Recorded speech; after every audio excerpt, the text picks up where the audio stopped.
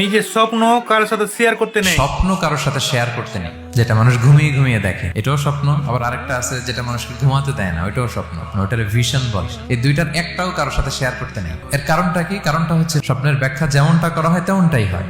আপনি একটা স্বপ্ন দেখলেন, একজনকে একটা বললেন, সে হুট করে একটা ব্যাখ্যা দিয়ে দিল, ওইটাই হয়ে যাবে। এটা আপনার জন্য ভয়ঙ্কর হয়ে যেতে পারে। এক লোক এসে মোহাম্মদ ইবনে সিরিনকে বলল যে আমি দেখলাম আমার ছেলে পানি খেতে খেতে পেটটা এত বড় হয়ে গেছে।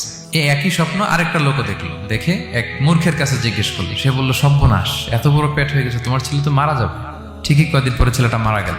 আর একই স্বপ্ন দেখে এই লোক মোহাম্মদ ইবনে সিরিনকে জিজ্ঞেস করেছিল, উনি বলেছেন যে তোমার ছেলে তো অনেক বড় আলেম হবে। ঠিক তাই হয়েছে, ওই ছেলে অনেক বড় আলেম হয়েছে। এই ভিশনও শেয়ার করা যাবে না কারোর সাথে। বিশাল বড় একটা কিছু প্রজেক্ট নিছেন, শুরু করার আগে আপনি বলে ফেলছেন, শেষ, আর এটা হবে না।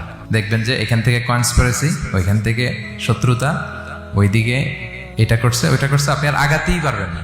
সো স্পেশালি যদি কোনো ভালো স্বপ্ন দেখেন, এট দ্য সেম টাইম খারাপ স্বপ্ন যদি দেখেন, এটা আপনি শেয়ার করবেন না কারোর সাথে। কারণ স্বপ্ন এটা কেবলমাত্র মন মস্তিষ্ক প্রসূত কোনো বিষয় না।